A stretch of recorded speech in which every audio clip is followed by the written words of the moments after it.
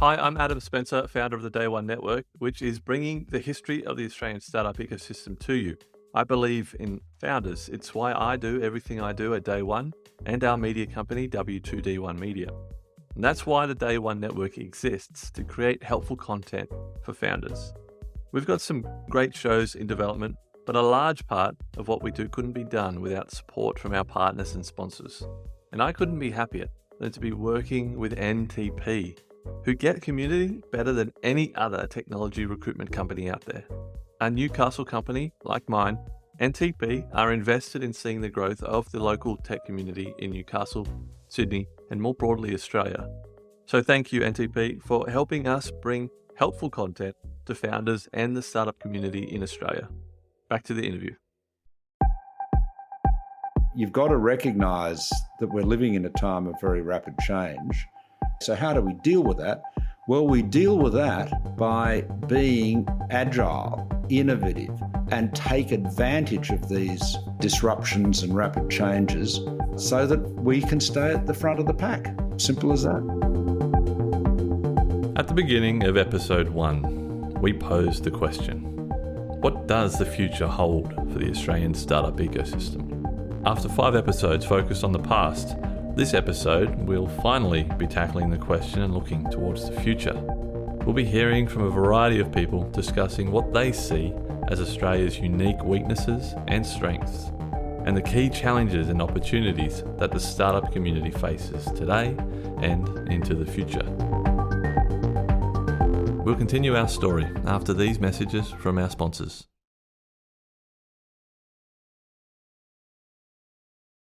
We'll kick things off by discussing one aspect of Australia's culture that many guests brought up. Australia does tend to have some tall poppy syndrome. Tall poppy syndrome. Tall poppy syndrome. Tall poppy syndrome. I think it's where all of us need to be spending more time is as the humble cheerleaders to every other founder out there.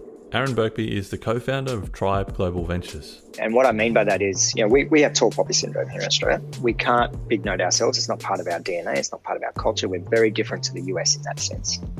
So we need to do it for each other. We need to stand up and say, hey, check this person out. Look at the amazing business she's built. Look at this company. And we need to make that relatable to the punters, to the mums and dads, to the voters. I think a lot of our founders are very humble people that don't speak up. Kate Cornick is the CEO of Launch Vic. As a result, you can't be who you can't see. So it's that classic analogy with sports people where we put them on pedestals, we really know who our sporting heroes are. As a community, I don't think we do that enough with our startup heroes. And these are people who have done exceptionally well from a business perspective. But we forget that they're also the people that are building the economy of the future. They're the people that are supporting disruption, but it's disruption so that Australia's economy remains advanced. If we don't disrupt, we will get mowed over by other economies who are innovating, and we will simply become purchasers of other technology. So I do think there's a real thing about the tall poppy syndrome. We don't profile people strongly enough in the ecosystem, and I think that is a sad thing. Well, I'd say one of the biggest things behind building any sort of ecosystem or movement is that you've got to believe. Tim Fung is the founder of Airtasker. You've got to talk a little bit ahead of where things are actually at today. If you think about Silicon Valley and San Francisco and all that, part of the reason why their hub and their ecosystem is so amazing is because they shout it from the rooftops. They keep telling us, smartest people in the world, we're in Silicon Valley, this is where it's at. They're making movies about it. They're talking about it. Their government talks about it. I think we need to do that in Australia. I think we tend to be a little bit more humble and oh no, it's just, don't talk it up too much. Rather walk the walk than talk the talk. I think talking the talk is kind of important. And I think that if we can convince more people from around the world that Australia is a great ecosystem and that, lots of stuff is going on here, then it's sort of self-fulfilling. So I think we've got to start talking a little bit ahead of where we're walking.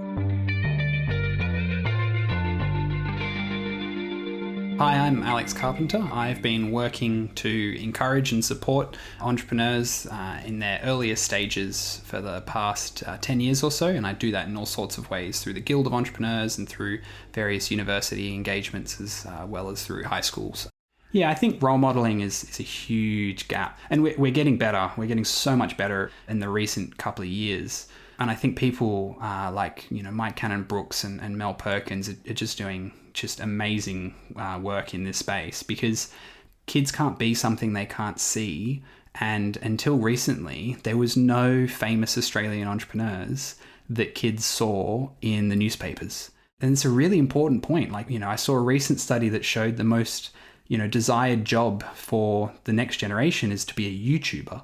And, that's great, cool, but like, man, there's so many bigger problems to be solving, guys. Like, can we tackle something slightly larger than, making mass content for Google? And there's nothing wrong with that, but yeah, man, we should be aiming bigger than that.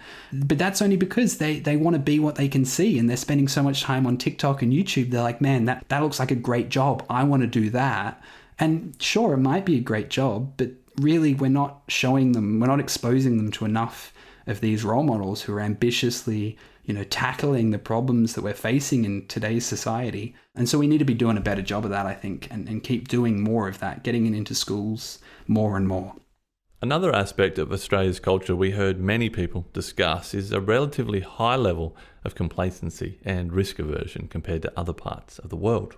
I think we have economic laziness. Colin Kinner is the founder and CEO of Startup OnRamp. I think, as a nation, we have had massive success for a very long time, largely based on a resources boom. I think that has led to a pretty relaxed attitude towards building businesses and building the economy. And I think that's been a massive disadvantage in terms of having urgency around tackling some of the things that we need to get better at.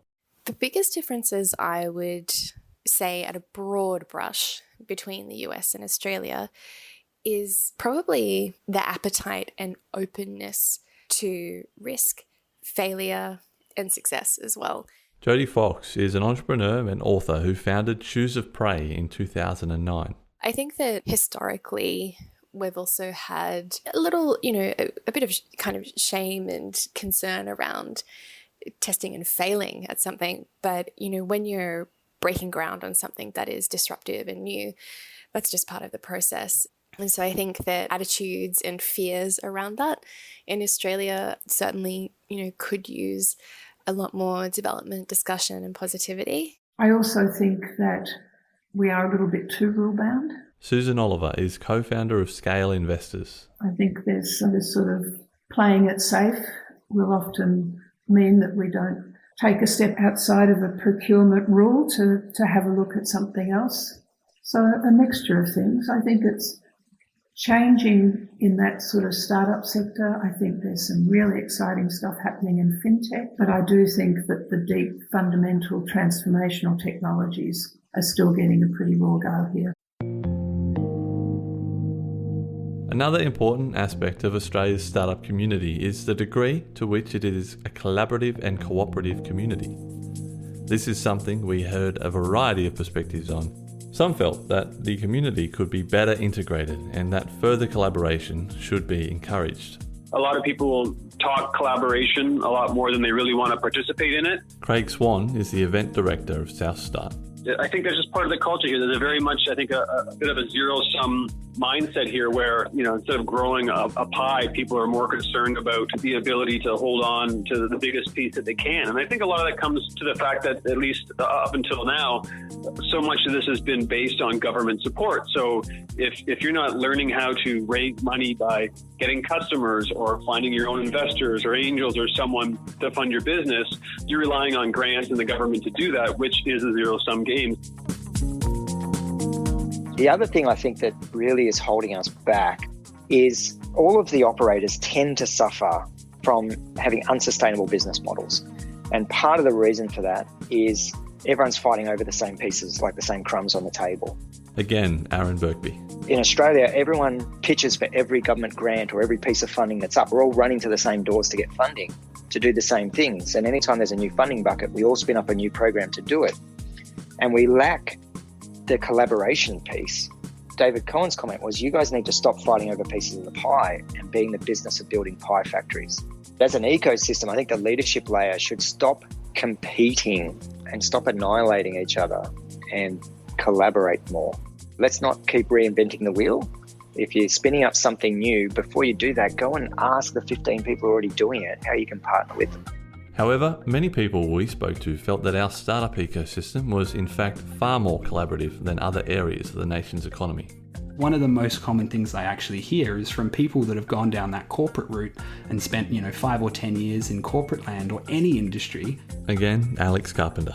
They come into the startup ecosystem and they're just so confused. They're like, I don't get it. Like, everyone's so nice. It's weird. Is someone gonna, shiv me at some point? Why is everyone so freaking nice? It's just so unusual. And if you've been indoctrinated into another corporate culture, that makes sense. This totally makes sense. But we have to figure out how to on-ramp them to go, okay, you've got to leave your cutthroat banking business behind, because one, you're not going to get very far because it's hard to do this on your own. And two, we're all here to help you. Like, we're wanting to encourage and support you anyway. We don't want to steal your stuff. So, drop the attitude, be humble, and let us help you. And we genuinely will. I think there is a high degree of motivation across the ecosystem for that concept of a rising tide floats all boats. Lauren Kaplan is Startup Ecosystem Manager at AWS Startups. We do have the tall poppy syndrome as a cultural phenomenon in Australia, but I think the startup industry is one of those places where it's the least visible, because we know how somebody else's success has this knock-on effect for the rest of us.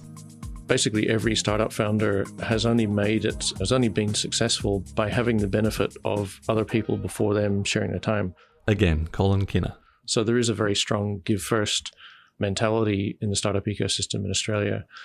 And I think people have recognized that the pay it forward thing actually does work. And I've yet to see really any example of a successful founder declining to give back in that way. So I think it's an absolute given as you move up the ranks and build successful companies that there is an expectation of giving back. Many also felt that the Australian community was more cooperative than startup communities in other parts of the world. I've seen a lot of really competitive behavior in the US where startups might be fighting against each other. I haven't seen any of that in Australia. Sylvia Pfeiffer is CEO of CoView. We compete, but it's not like we actively destroy each other, whereas I've seen some really aggressive behavior in the US, so that doesn't happen here. In previous episodes, we've touched on the fact that while Australia is a world leader when it comes to quality of research, we are lagging behind when it comes to research commercialisation. If you look at the OECD, these numbers are probably slightly off, but they're close enough. We rank about the third highest in the OECD for research and about the third lowest for commercialisation. Wyatt Roy is the Executive Director of the Tech Council of Australia. Culturally, for whatever reason, in Australia, there's a lot of focus on research for the sake of research, which, is not to negate that as a concept, but it does hurt us when it comes to commercialisation. So, if you said to an Australian researcher in an amazing institution, what does success look like? They would often say, it's getting my research published and it being out there around the world. If you go to a place like MIT or Stanford or, Technion in Israel, and you say to a researcher, what does success look like? They would say, I want my research to be turned into a product, a business, a service that changes the world for the better. It's a very different kind of mindset. And then I think the way that those institutions in Australia have interacted with industry just frankly have a pretty bad history of it. We're not particularly good at it, and there are a number of small things that sort of pile up to impact that. But I think wherever we can create an environment where there are the right incentives for industry and research to interact, to the benefit of both, I think that there's a lot that we can do there. So I think there's a cultural problem, and there's just some actual sort of hard policy problems that should be fixed. I think there are too many deep tech founders that optimize for grants rather than investors. Alfred Lowe is the co-founder of Harvest Bee. We've always had really great academics and researchers and deep tech minds in this country. We punch well above our weight in that space, and we talk about how we suffer from not being able to commercialize technology. And it's true, right? But in my time in deep tech, I've spent over 2 years at Cicada Innovations. I met a lot of entrepreneurial deep tech founders, and a lot of them were optimizing for grants rather than investors. And I think we really miss a trick there, and it's a real cultural it'll take some time to change that. But you compare it to other markets around the world where deep tech gets well funded. Australia really struggles in that respect. And it's not just the founders side of things. I think there's still a market failing in the investment side of things to fund these types of opportunities and types of businesses, because it's not well understood. And then you've got all this intellectual property that's been funded by the federal government in research institutions like universities, etc., which don't see the light of day because academics are terrified about losing tenure and leaving to start a startup. Matt Barry is founder and CEO of Freelancer Limited. So at Stanford, all the guys that taught me had gone out and built a $1 billion business and come back. Mark Horowitz, who taught me by design, did Rambus. John Hennessy did MIPS, Silicon Graphics and so forth. So you had all your lecturers that go and build companies, and professors. In Australia, that doesn't happen. They are paranoid about losing tenure. There's a professor I know, he's a genius. He's figured out how to make effectively ammonia, just from air, which is a completely innovative process. He is terrified about giving up tenure and going and starting a business that, I could help him raise the money. It would be $1 billion company in no time and revolutionize the production of things in this country, but just terrified. Another challenge facing our startup ecosystem is the need for people with the right skills and experience. We're all challenged by the talent war at the moment. Trevor Folsom is co-founder and chairman of Investable. And it's not unique to us as early stage venture businesses, but it is particularly challenging when a lot of the activity is in capital cities like Sydney and Melbourne. And they're expensive cities to live. And so when you've got a talent war going on and a lot of employees need a cost of living, and so starting the ecosystem or having a focus around the capital cities is really challenging. I think one of the real challenges that we have at the moment is the war on talent. Brendan Hill is an angel investor and syndicate lead at Logan and Wayne. So there's obviously so much money going around, so many startups getting funded. Every single startup is hiring engineers, and we have to compete against companies like the big four banks. CommBank just came out recently that they're hiring 650 engineers, and they're paying top dollar. A lot of early stage startups really can't match those salaries. And I have a portfolio company called Tilliter, and they're hiring 30 engineers. And sometimes I wonder, is there 30 quality engineers in Australia to go around? There's a real shortage of talent. I think one of the things that is potentially not that spoken about is the zero-sum talent acquisition space. Again, Tim Fung. Which is that we're all here to help each other until it comes to the fixed zero-sum nature of talent acquisition. And that's where there's definitely a lot of argy-bargy going on between different companies. I think it's actually not a bad thing at the moment because it's actually benefiting employees and making sure that people get paid at the right levels and what they're worth. So I think that's a good thing, but it's probably not a very often spoken about topic is how much infighting there is actually to acquire the best talent. While there may be a shortage of talent, the standard of Australia's founders and their teams were undisputedly considered world-class. Probably the biggest thing I'm excited about is just the people. Again, Wyatt Roy. Again, Australians love to talk ourselves down, but pound for pound, an Australian entrepreneur is as good, if not better, than any entrepreneur anywhere on the face of the planet. I mean, we are just good at this. And, I'm really fortunate in, the different roles that I've had that I get to meet hundreds, if not thousands, of incredible Australian entrepreneurs. And I think that gives me enormous hope for the future in this country. And I think that they will be, the things that really drive us forward.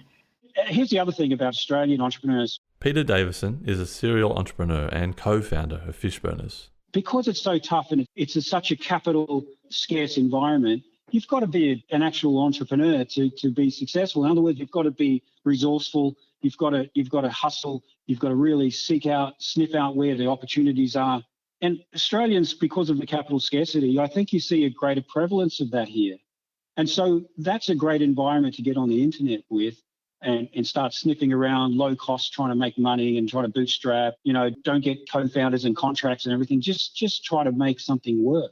While it has improved significantly in recent years, many people believe that there are still gaps in the investment funding available for startups. The clear, glaring gap that's growing is in the seed funding stage, professional investing. Andrea Gardner is founder and CEO of Gelix Ventures. There's some good evidence in the AIC's last report that while there's a lot more venture capital funds under management in Australia, there's less professional investment going in at the seed and pre-revenue stage. And that's creating a growing gap in the market. And I think that there's a very serious risk that will undermine the pipeline for these big companies, the big venture firms, which obviously ultimately has the risk of impacting on economic growth in Australia, because startups are providing, the big provider of jobs and economic growth. We have very few true pre-seed funds. Cheryl Mack is the CEO of Aussie Angels. The VC funds all might disagree with me on that one, but we have very few true pre-seed VC funds. And I think the angel investment space hasn't matured enough yet to provide enough funding to the ecosystem for what it needs. And so we're seeing a lot of companies that are struggling to build that momentum in order to reach the point where they are justifiably investable from a VC point of view. And I think that's hurting us. One thing, there's still a lot of room to get more superannuation funds investing in this asset class. Again, Melissa Widner. We know that this pool of capital is, $3 trillion plus now. What if we could just get 1% into this asset class? There's still big room for growth. I would like to see some, not mandates, but some real incentives for superannuation funds to invest into this asset class. And look, I think certainly the risk appetite within the investment community is probably not as high as it is in Silicon Valley. Nicole O'Brien is the former CEO of Fishburners. But look, having said that, there's a lot of investment money out there, and we've seen a huge growth in superannuation funds. And so I think there's definitely a much stronger appetite now for putting some of that money in riskier ventures, and also in ventures that are really creating sort of those innovations and those new ideas and products and services that we need to drive our economy. The final area of challenge and opportunity we'll be looking at is one we've discussed throughout this series: the need for greater diversity and inclusion. Hi, I'm Les Delaforce. I'm a Gumbaynggirr Dangari man from the mid-north coast of New South Wales originally. I'm the Indigenous Entrepreneurship Director at Minderoo Foundation Generation 1, and I've been involved in the startup ecosystem for the last 6 to 8 years. So from raising capital with startups to scaling, exiting, and everything in between. So we in Minderoo Foundation Gen 1, we launched a report earlier this year, and we went out to hundreds of Aboriginal entrepreneurs across the country. We had focus groups across the country. We commissioned a report into Indigenous entrepreneurship. And what came out of that was the lack of networks, or the access to networks, access to capital, financial literacy, and lack of intergenerational wealth. So, for example, for a lot of Aboriginal people that have come from nothing, growing up in Kempsey, you didn't necessarily have much. But once you got a job, you'd hold on to it because you don't know what's going to happen next. And that lack of intergenerational wealth, to take a risk and throw it all in for a startup is for a lot of Aboriginal people, is very unlikely. So there's a number of barriers, and certainly that's what I experienced, especially looking around going, I'm raising capital with all these VCs. I've never done this before back in the day, but who can I talk to? What other Aboriginal person has raised venture capital? And couldn't find anyone. So we didn't realise at the time we were one of the first Indigenous startups to raise venture capital, and then eventually it's imparting our knowledge onto the next generation. There's a lot of different programs out there supporting Aboriginal entrepreneurs, how to become investor ready or ready to invest in. Some amazing groups are there. So from the likes of Indigitech over in Sydney, the co-working spaces that are shifting into Guinea. You've got with the Wira Hub over here in WA, you've got the Yarb Hub, New South Wales Indigenous Chamber of Commerce. Also Kinaway do an amazing job. Then at the university sector, you've got a number of programs. RMIT have Ngami, Melbourne Business School have Murray Masterclass, and I was an alumni of the Murray Masterclass, but it's been driven predominantly by this grassroots approach for Indigenous entrepreneurship. What Les is doing with what I expect may be a world first as a national program to attract not just Indigenous entrepreneurs, but Indigenous investors. Chad Renando is the founder of Global Entrepreneurship Network Australia. Because if you walk the logic through for what we typically try and do with Indigenous entrepreneurs, if that investment is still the establishment, then the value from the Indigenous entrepreneurs goes back out to the establishment and potentially to the white fellow and to traditional funding. And so we're still yet another extractive industry of the innovation ecosystem. And so by then creating investment within the Indigenous community, we're keeping that funds in there for them to reinvest in Indigenous perspective. So I see a lot of value in that as well. The other gap that I see, and we're similar to other countries, Western countries all over the world, is the gender gap. Again, Cheryl Mack. We simply do not have enough female founders. And the reason, one of the reasons, a number of reasons, but I think a large reason is because we don't have enough female funders. So women who are writing the checks, women who are sitting around the IC table, that's changing a bit. And some players like Airtree and Blackbird have absolutely taken steps towards doing that, which is great, but it's just simply not enough. We're kind of in this cycle where most of the founders tend to be skewed towards male. And, you know, when you go to raise, who do you go to? You go to your friends, right? So naturally, you can't blame them. Of course, they're going to go ask their friends who tend to be male. And then, of course, when they go to raise that next round, those male early investors tend to also have male friends who then tend to get introduced to the founder. And then you are pushing them along to the next stage where there tends to be more men around the IC table. And then they're more likely to get funded because they've already got good backers. And then, of course, the company exits, ideally, and everyone gets rich and the whole process starts all over again, because then you've got the next generation of founders who were able to make money on the deal that they invested in earlier. And that's a very, very, I've generalized. That's a huge generalization there, but there is a cycle and we do need to break it. And there's a couple of things I think we need to do there. But in general, like, we're just simply not doing enough with the gender gap. Hello, my name's Dr. Megan Sebin. I'm the Program Manager for CSIRO's Kickstart program. I know there's a lot of attention, I guess, being paid to this. There's initiatives to try and increase the participation of women and minority groups in STEM. I think these are all really good things, but from a personal perspective, I think a lot of this starts way before we get into a school. It starts way before we get into a university or a job environment. This is culture and conversations that we have in the house. You know, small children already identify a scientist, for example, as being an older male figure. And we can impact this, I think, really early on in the conversations we have, the environments we create in our homes and our communities. You know, I've regularly told the story about a toy Barbie doll I had as a child who made comments about, maths is too hard, let's go shopping, you know, and I'm playing with this Barbie doll well and truly before I've started school. So there's this subliminal messaging there from a very early age. Turns out I quite like maths and I hate shopping, so it didn't get me in the end.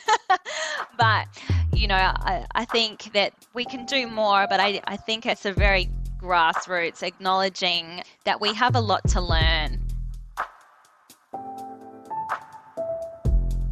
There isn't one silver bullet. It's a series of small, little, kind of incremental changes that needs to happen all at once in beautiful orchestration. Annie Parker is Executive Director at Tech Central at the Greater Cities Commission. We do need to see access to childcare. So, yeah, perhaps if I was building a big old startup accelerator program now, I'd be looking at whether or not we could build in childcare, or could we give discount vouchers. So similar to how a lot of places give discount vouchers to the gym, why not include childcare in there? I would look at perhaps having flexible hours around whether or not we would do, say, Monday to Wednesday, and then Thursdays and Fridays could be hybrid and you could dial in. You're just giving that flexibility so that it makes it easier for people who do have greater demands on their time, whether it's childcare or the other thing that women end up typically taking as well is carer duties. There's that side of things. And then I think it's also about celebrating and making those case studies of other women or other people from underrepresented communities and giving them that limelight to help them share their story so that other people who can resonate with that story and go, this person looks like me, I can do it too. We need relatable heroes. While undoubtedly further work is needed, important work has been done to increase diversity within Australia's startup ecosystem in recent years, and generally the people we spoke to felt that progress is being made. I've done a bit of work over the last number of years in tracking the diversity of the ecosystem. Yolanda Redrup is a senior journalist with the Australian Financial Review. And it's been great to see that there are a lot more women in investing roles within VC now, which is good. Certainly nowhere near an equal 50-50, but, you know, people like Sam Wong and Michelle Deaker and Jackie and Melissa Widner and Sarah Nolan and Kim Jackson. There's some great women who are creating pathways, I guess, that others can follow in their footsteps into the ecosystem. Very early on, there was this propensity to be a bit of the bro culture that you've seen in Silicon Valley and other places. It was almost like we were replicating that. Again, Kate Cornick. I think that's changed over time. And I think on the contrary now, you go to events and certainly everyone we work with in Victoria is so mindful of multiculturalism. When we could go to events before COVID, rarely would it be beer and pizza. It was often cheese and wine and beautiful nibbles from all over the world. And people really thought hard around all aspects of their program in the context of diversity and inclusion and making sure that the doors swung wide open and no one felt uncomfortable, whether it was attending an event or a program or whatever it might be. So far this episode, we've explored the challenges and opportunities which face us as a community moving forward. Now, we will delve deeper into the different roles that each of us can play. I'm a huge fan of everyone doing their thing. Again, Alex Carpenter. And it infuriates me so much when like the government tries to do something that, you know, the university should be doing, and the university tries to do something that the fund should be doing, and the schools try to do something that the government should be doing. And it's like, guys, like, we need everyone playing at their absolute optimal point in order to make this really move. And so we've got to be more collaborative and do more partnerships, because it's the same, like in the basketball analogy, it's kind of like the defender trying to shoot all of the goals. And you're like, guys, like, have trust and faith in your other teammates, because they're better at that stuff than you are. That's why they're doing it. So if you are, you know, you're the defender, just be really freaking good at that role and stay out of everyone else's role. And if everyone kind of has that attitude of like, I know what I'm good at and I'm just going to stay here, and we all get pulled into like the most illustrious looking thing, but that does a disservice to the whole ecosystem. We need to figure out where our lane is and then just get really freaking good at that and just keep doing it. For the remainder of this episode, we'll be focusing on some of the key roles within the ecosystem: investors, educators, government, corporates, and the entrepreneurs themselves. We'll be hearing people's perspectives on what each of these stakeholders should be prioritising, pitfalls they should avoid, and how we can each best contribute to the growth of the ecosystem. Firstly, we'll look at investors and VCs. I personally feel that the funding environment in Australia is entirely too slow. Again, Cheryl Mack. You look at what's happening in Silicon Valley and the UK and just the speed of deals that get done. You simply don't have time to ponder what could go wrong. All you could think about is what can go right.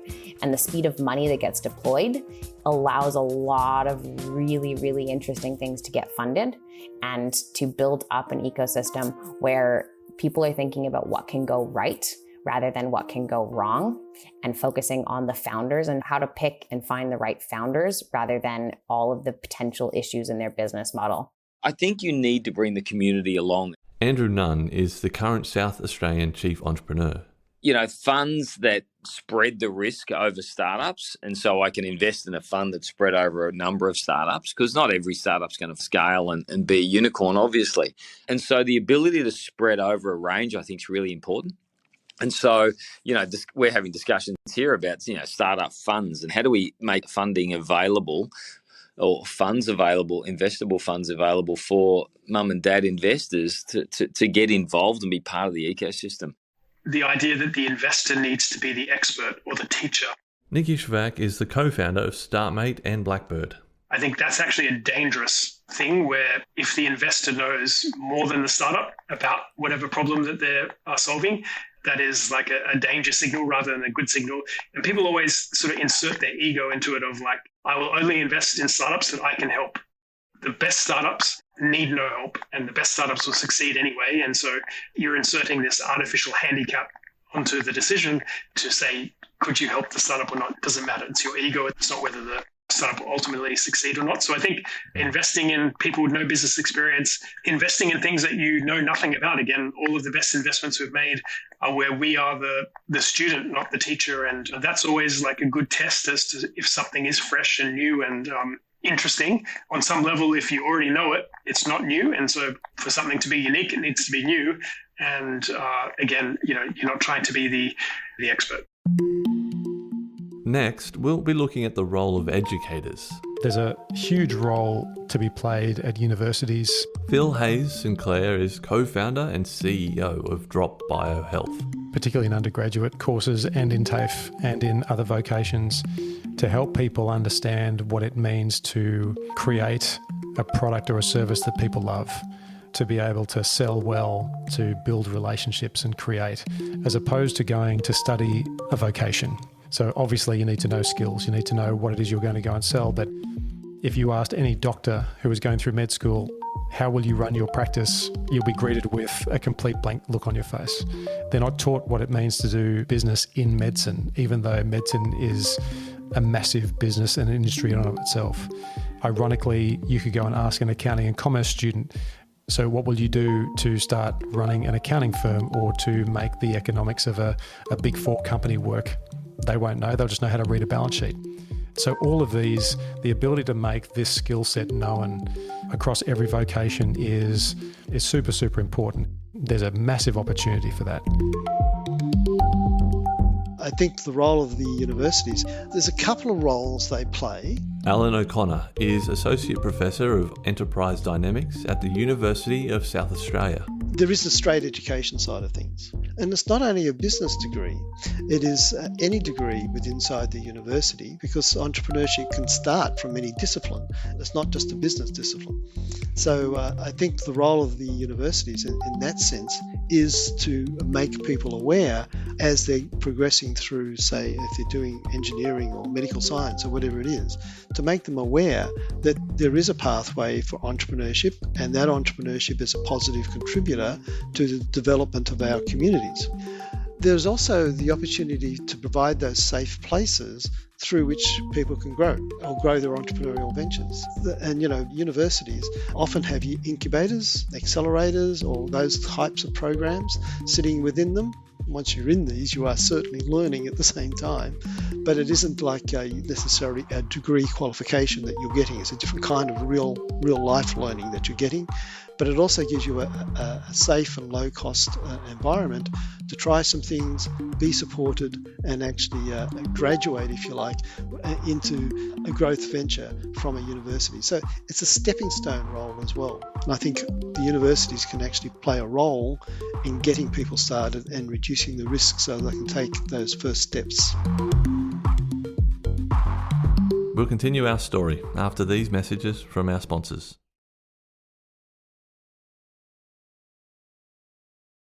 Next, we'll be talking about the role government plays in Australia's startup ecosystem.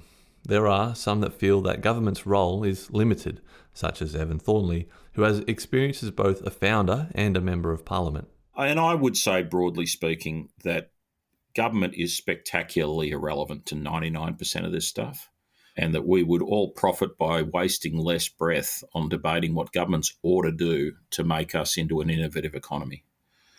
So, look, I thought some of the policy settings in the Turnbull agenda were good, and hopefully they've made differences at the margins. And again, the last thing I want to do is criticise the good people who are working hard to try and make sure government policy is as good as it can be. That's important work, and it's great that people are willing to put that effort in and make those changes. I'm just saying, if you calibrate that as one of the levers of change for our ecosystem, I wouldn't calibrate it very highly. We don't need to wait for the politics to catch up. Again, Sarah Pearson.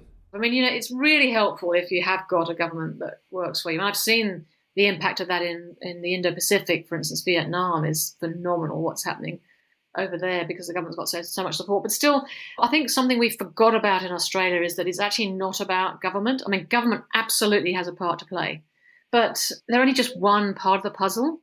I think it's a misnomer to say that government shouldn't get involved. Again, Alfred Lowe. You look at the founding of, tech mecca, the Silicon Valley, there was a lot of government involved in the formation of that sector 50 odd years ago. You look at Israel and their startup nation, if it wasn't for government policy and their intervention, it wouldn't be what it is today.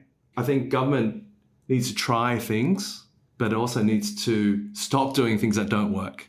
And if you can adopt a mentality kind of like what startups do, make decisions, try things, find out if they experiments, if they fail, stop it. Try something else. If it works, great, keep on doing it, right? I think governments and the bureaucracy find it hard to work on that cadence, to be able to admit that something's wrong, but also to change policy quickly. And I think that's part of why there's always friction, because startups move so fast, right? Therefore, the community moves so quickly. And you can say that about the Australian startup industry. It's unrecognisable from what it was in 2011 to what it is in 2021 compared to any other sector. Talk about mining, banking, telco, they're all pretty much the same industries. But ours is so unrecognisable, and you need to move quickly to keep up with it, right? So I think government will always lag, and that's part of the challenge. How can they help more? How can government help more? To try and answer that question, let's break the question down into a number of areas, starting with funding startup infrastructure and a wide variety of startup support programs. Government plays a role as an enabler. Again, Leslie Delaforce. So you look at the funding New South Wales State Government's provided the Sydney Startup Hub, or Victoria, the state government has provided Launch Vic, is massive, and they could create significant change. And you're seeing some incredible progress and programs and projects and outcomes in Victoria and obviously in New South Wales, particularly in WA. We're certainly seeing a lot more support. And at Startup WA, thanks to the state government, we're running a number of programs for regional founders, female founders, and Indigenous founders as well, and trying to keep this talent here and grow that ecosystem. But it should be an enabler, but not getting in the way of innovation. Having worked in the public sector and worked for government for 8 years, I can certainly see how government can stifle innovation, and innovation certainly happens outside of government, without a doubt. So there's definitely a role for government at a federal level, and there's definitely a role for government at a state level. Wayne Gerard is co-founder and CEO of Redeye and is the current Chief Entrepreneur of Queensland. Every state's different, obviously, and there's some great examples of where the states are investing in. In fact, every state in Australia has invested in and continues to invest in building their local innovation ecosystems. In a state like Queensland, where we are so large and so geographically dispersed, there's a really important role for government to play in ensuring that regional Queensland has the same kind of opportunities as the southeast corner does, or the major metropolitan areas do.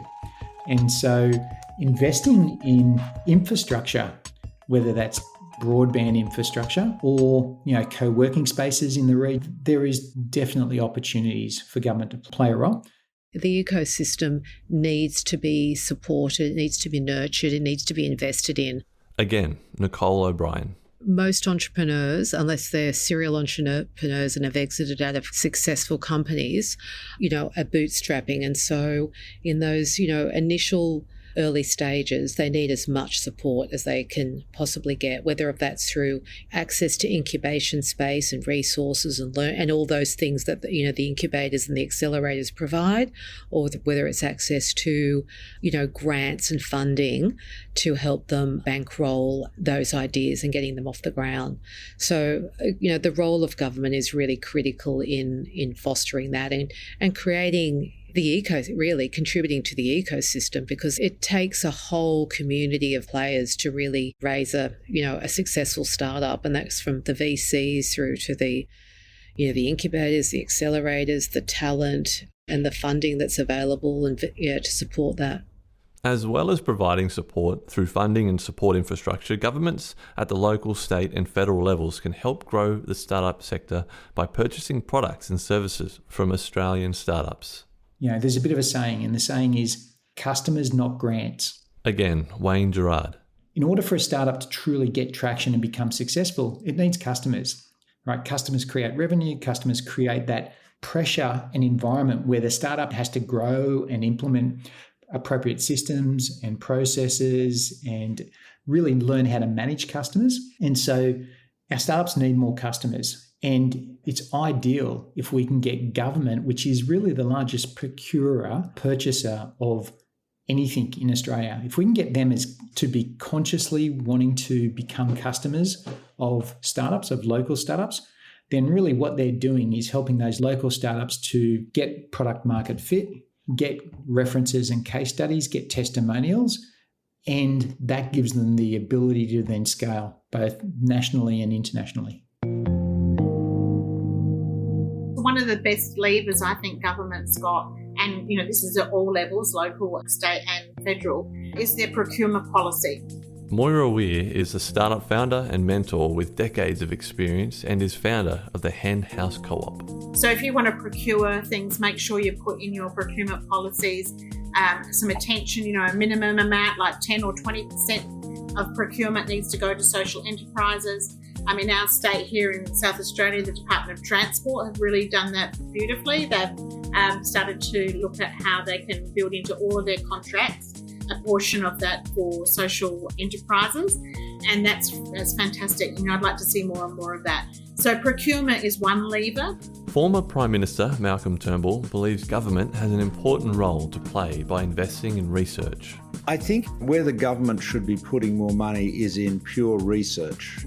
I do think we need to spend more on pure science, deep science, if you like, and that's, obviously mostly done by universities, CSIRO and so forth. So I think we need to spend more there, but clearly, you've got to make sure you're getting, the first-class output for the investment. On top of everything we've already discussed, there are a variety of other ways government can incentivise innovation. Right now, investors need to be sophisticated as a definition, which means they need to have assets over 2 million or income of 250,000 per annum. And I think that I understand why that policy is in place, but I think it's the wrong hurdle. Again, Rachel Newman. There's discussion right now of them actually increasing the bar for sophisticated investors, so increasing the means test. And that's just the wrong direction we're going, and we need to get more and more people to smartly and safely, but we need them to participate as early stage investors. In Australia, we're only investing about $3 per capita in early stage companies versus the US is putting about $25 per capita. So we just have this huge funding gap. And if we know this and we need more and more people to become investors, we should make it easier and not harder. We should allow people to educate their way into the asset class rather than having to have, a certain amount of money. Having money doesn't mean that you know what you're doing, right? So I just hope that we make some small policy changes that are in pursuit of what we're trying to achieve, which is mobilizing more capital and more interest and more energy into this sector. Also creating the culture is another one. Again, Moira Weir.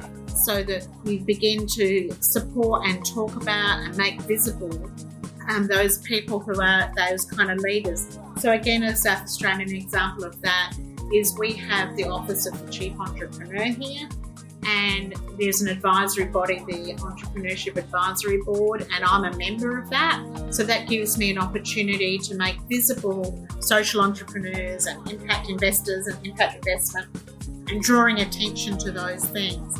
So that's a really simple way to start to build some of the cultural infrastructure, and then supporting big movements and national festivals, and so that you can showcase these things and people get to see, I can do that, or I could support that.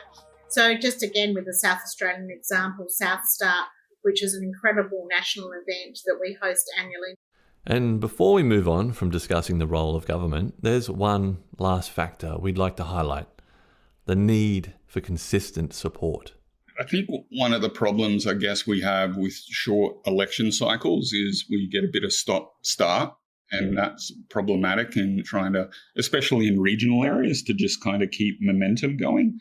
Daryl Lyons is the Indigenous Entrepreneur in Residence at James Cook University and co-founder at Escavox. In our Escavox journey, we were lucky enough to be a recipient of this Accelerating Commercialisation grant. But when that, goes into election cycles, that whole area in Oz industry, when they announce caretaker and whenever it is in the next month or two, that whole area of grants will be going on hold, and it's in doubt to what's going to happen if there's a change in election, which could be totally ripped out or changed. So, is it 2 years before they put something similar out there? That's just an example of a really successful program.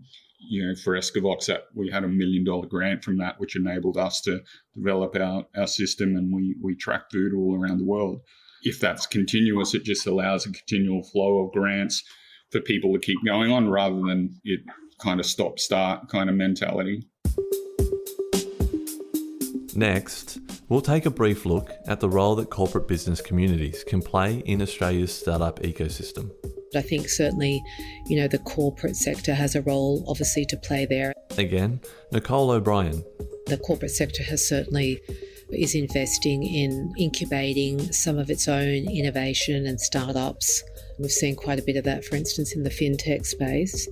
Yeah, look, I think it's definitely those incentives. There needs to be that encouragement there, because it's a journey that you need to undertake, and anything that's provided to make that less risky and easier and financially feasible, I think is, obviously a really good thing. And then corporates, apart from some exemplars, corporates just don't know how to play. Baden Uren is the co-founder of the Unconventional Group. When I go across to Israel and see the way in which multinational corporations intricately and intimately linked into the overall startup ecosystem in Israel, we have a lot to learn about how larger organisations can be a proactive contributor to the Australian innovation ecosystem. Apart from some exemplars, and there are some good players in the Australian ecosystem, but generally speaking, our corporates just don't know how to play. Yeah, I think the corporates should be doing a lot more than they are. Again, Sarah Pearson. And I think they should be realising that Australia is a fabulously safe place to have staff and to innovate, that Australia is this amazing knowledge base. And I would love to see corporates really stepping out much more than they are right now to think about Australia.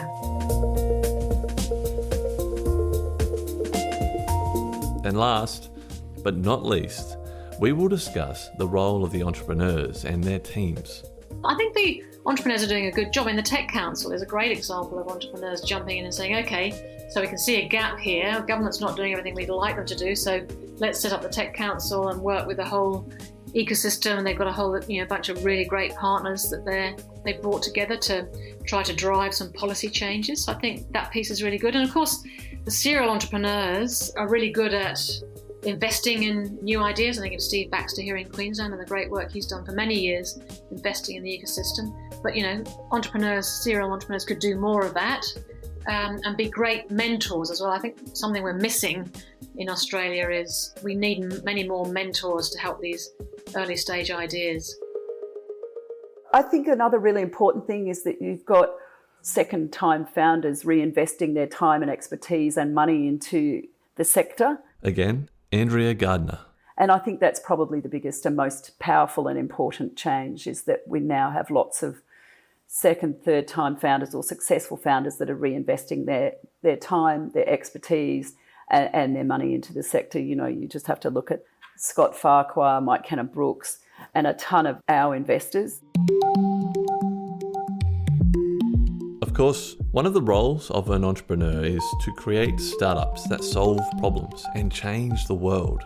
I think that we need to stop solving small problems. Colette Gergich is Head of Startup Ecosystem at AWS Australia, New Zealand. There are so many giant, big, catastrophic problems that we need to solve in the world, whether it's in health or in climate or, you know, in equality, and the repercussions of the second order problems that if we don't solve those first order problems, or in education, for example.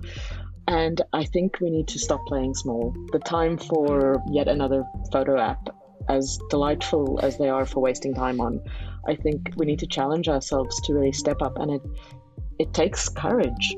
It takes courage for somebody to go, yes, I'm going to tackle this big problem because the stakes are so high. But that doesn't mean that we get a pass for not trying. And I think that's something that there's this ember burning inside founders where they know they have to and they know they can. And then it's just about shutting out the rest of the world that tell them that they can't. And just go for it. Let's tackle some big problems and let's make some big changes and let's set ourselves up for the world that we want to live in.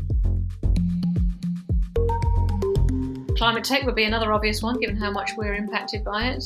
Again, Sarah Pearson. It's a no-brainer for Australia, I think, and really disappointing that we have left it behind for so long, because we could be leading the world right now. But anyway, blah, blah, blah. We can still press on now with that.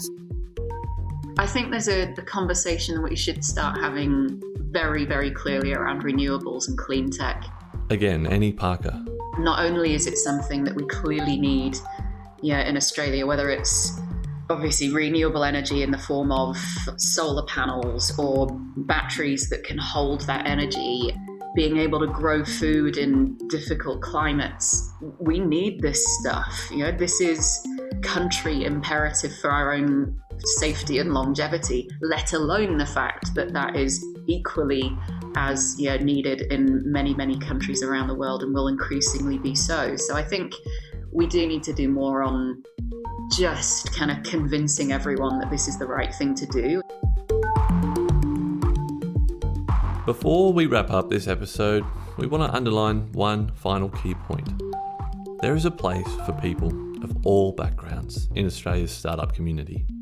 The thing that I think could set Australia's ecosystem apart, if we do this right, is that real acknowledgement that the startup ecosystem is for everyone. Again, Lauren Kaplan.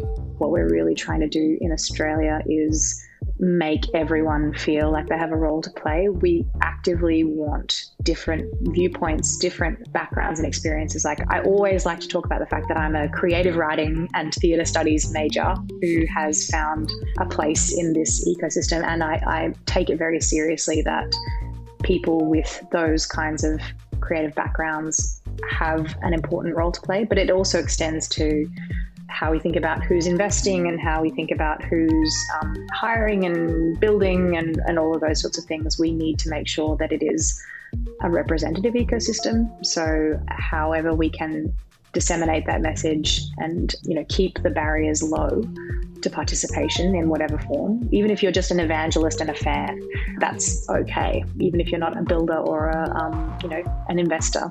There's so much that can be done. And I think the worst thing we could do is keep building up walls and increasing the participation barrier and making people feel excluded or outsider. So I think, everyone from policy to entrepreneur to investor has a role to play in keeping that clear. There really is a role for everyone in the Australian startup innovation ecosystem.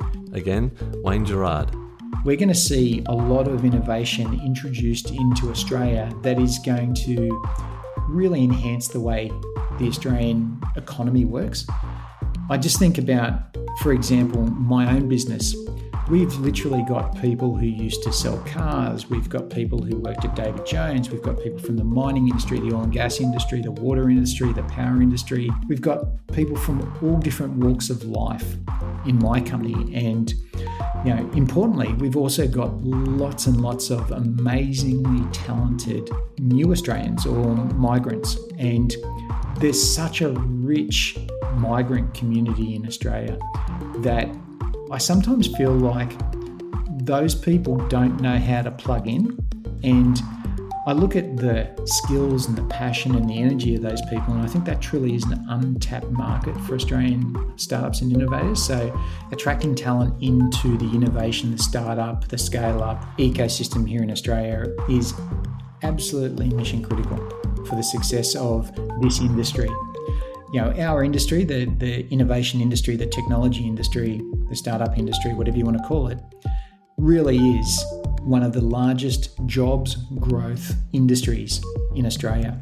Our companies grow faster, we employ more people, we create typically higher paying jobs than a number of other industries, and we're very sustainable. The potential to build really high value long-term companies that can have a great social impact is what we're building.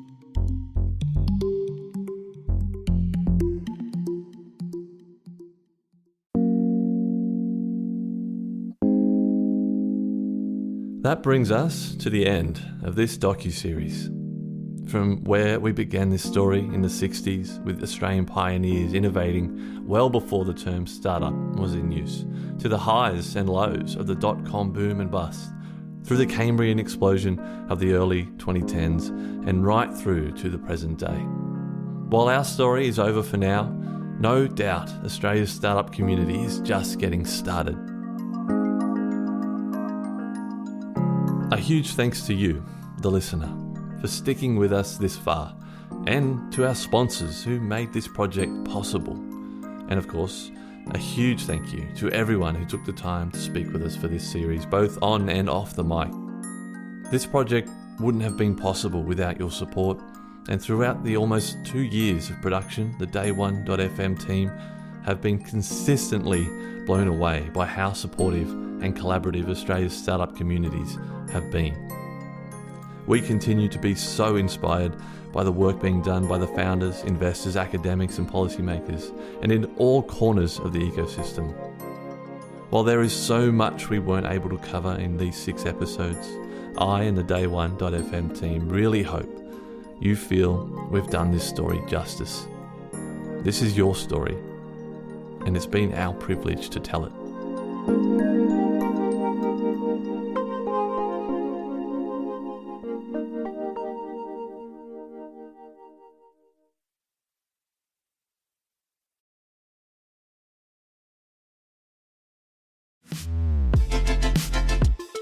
The Startup Retro is a new podcast from the team behind Overnight Success. A weekly show where we help you level up on the Australian startup ecosystem by giving you an insider's view on Aussie startups and venture capital. I'm Will Richards. And I'm Gemma Clancy. At OS, we curate the most important news and announcements across the ecosystem and explain a bit of useful context behind them. The Startup Retro podcast will follow a format familiar to our readers of the weekly newsletter, but offer an opportunity for much more discussion. So, if you want to keep your finger on the pulse of all things happening Aussie startups and venture capital, start your week by listening to the Startup Retro. New episodes every Monday, starting the 1st of July. The Startup Retro is brought to you by Day1, the podcast network for founders, operators, and investors.